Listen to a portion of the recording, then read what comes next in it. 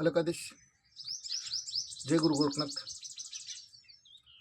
नवनाथ चरणी नमन वंदन करून आज एक महत्त्वाचा असा विषय आपण बोलणार आहोत. मित्रांनो, आध्यात्मिक क्षेत्रातली अशी एक महत्त्वाची अडचण मी आज या व्हिडिओच्या माध्यमातून सद्गुरू बडेबाबा मच्छिंद्रनाथजी महाराज यांच्या आदेशानुसार दूर करण्याचा प्रयत्न करत आहे. तर मित्रांनो, सवारीबद्दल आज प्रत्येकाच्या जीवनामध्ये प्रश्न आहेत. गुरु धारण करूनही सवारी येण्याबद्दल प्रश्न आहेत, सवारी खुली होण्याबद्दल प्रश्न आहेत, वचन सत्य होण्याबद्दल प्रश्न आहेत.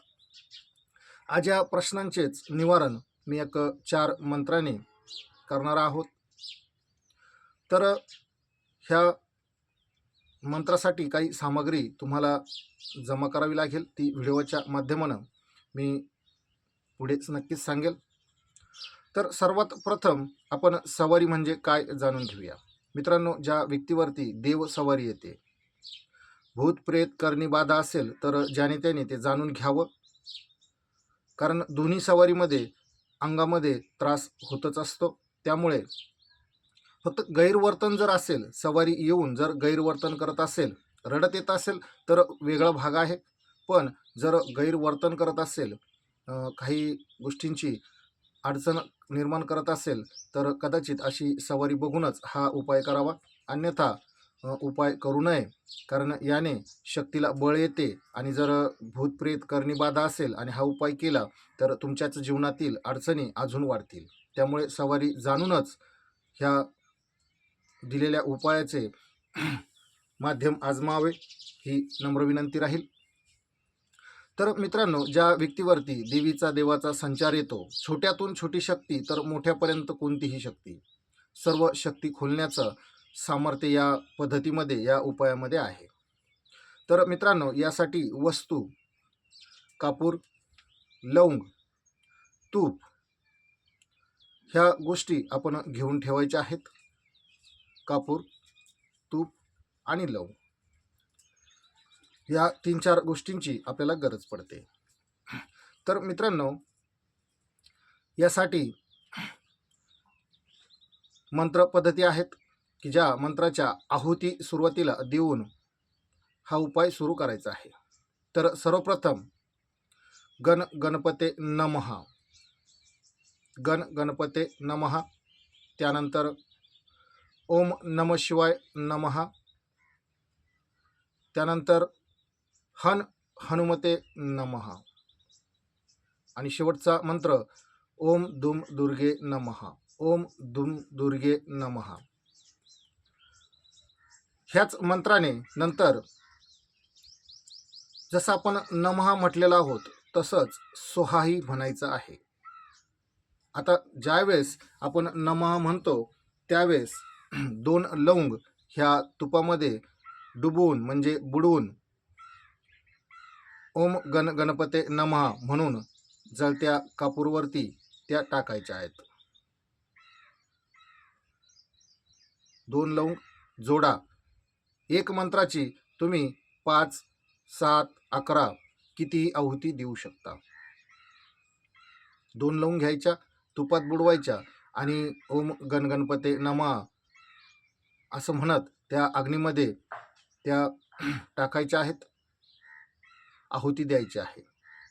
सेम अशाच पद्धतीने ह्या 4ही मंत्राच्या आहुती तुम्ही ठरवाल त्या द्यायच्या आहेत. तुम्ही आहुती 5 द्या, 7 द्या, 11 द्या, 21 द्या, काय हरकत नाही.